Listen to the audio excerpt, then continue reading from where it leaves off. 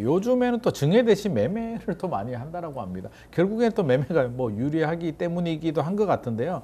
네. 최근에 이런 뭐 이슈들 네. 증여보다는 매매다. 요거 소식 좀 전해주시죠. 네. 실제로 데이터를 보면은 지난 4월에 서울 아파트 증여 거래 건수가 326건이었습니다. 그래서 전체 거래의 4.8%를 차지를 했는데 3월 달에는 11%였대요. 줄었네. 네, 급감한 거라고 합니다. 그리고 월 기준으로 봤을 때는 지난 2017년 9월 이후 거의 7년여 만에, 정확히는 6년 9개월 만에 이 증여 건수가 최저치다. 이렇게 볼 수가 있고요. 전국으로 좀 확대를 해보더라도 3월에는 6%였는데 4월에는 3.88%로 낮아졌습니다. 그래서 이 데이터는 2020년 6월 이후에 3년 10개월 만에 가장 낮은 수준이라고 합니다. 이 증여 가액이 높아져서 세부담이 커진 데다가 일반 매매 시장의 거래가 늘어난 것도 증여 감소에 영향을 미친 것이다라고 해석이 되고 있습니다.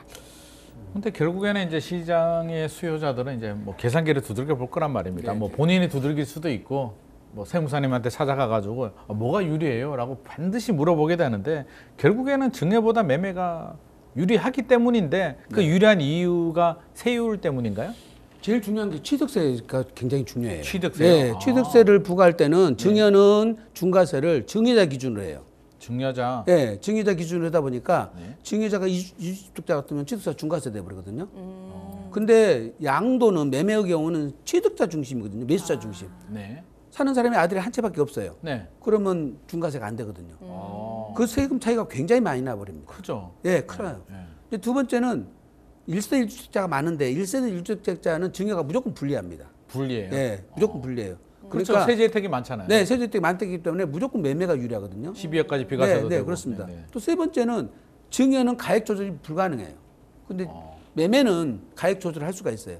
고저가 양도라 해서 네. 예, 30%의 3억 중 적은 금액. 아, 그렇지. 예, 그렇지. 15억짜리 맞아요. 같으면 15억짜리면 3억까지 싸게 사도 네. 증여비를 부과하지 않잖아요. 아, 그렇죠. 예, 그렇죠. 그래서 가격 조절이 되기 때문에 아무래도 부담세액을 좀 조율할 수가 있는 거죠. 지금 확실히 유리하네요. 예. 네. 그런다가 이제 지금 증여 같은 경우는 나중에 문제가 생기면 유류분내 청구 대상이 되거든요. 아, 그렇죠. 유류분 청구 대상이 되기 때문에 또 다른 문제가 되고요. 자식들이 네. 또 소송을 걸죠. 증여는 받아가지고 10년 안에 팔면 지금 이월과세가 10년이에요. 네네. 옛날 5년에다가 늘어났죠. 10년 늘어나 버렸어요. 네. 그러니까 지금 10년 안에 팔아야 되는데 증여를 하면 불리해져 버려요. 아. 그러니까 어떻게 매매로 가려고 그러죠?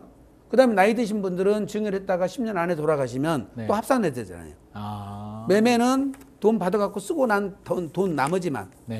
예, 합산이 되는 거거든요. 예. 여러 가지 이유로 지금은 그냥 매매가 유리하네요. 그러다가 이제 양도소득세는 매매일 때는 아버지가 내잖아요. 양도세. 네네. 증여는 수증자가 내야 돼. 아들이 내야 돼요. 네네. 이게 경제적 능력이 없는 아들이 증여세를 또 내야 되기 때문에 네. 이런 걸 다 비교를 해서 판단해 보면 예, 증여보다는 매매가 유리한 경우가 더 많죠. 네. 그러니까 세무사님들한테 왔을 때 자녀가 어느 정도 능력이 있으면 네. 물건별로 봐가지고 이거는 네. 증여하지 마라, 매매로 가라. 오히려 그래서 세부담 측면에서 예, 비교를 해드리면 예, 본인들이 옛날에는 무턱대고 증여를 했는데 지금은 현명하게 매매와 증여 중에 이제 부담이 덜한 것으로 개인별로 다 사정이 다르겠지만 네네. 예, 그걸 고려해서 예, 절세표를 짜드립니다 지금.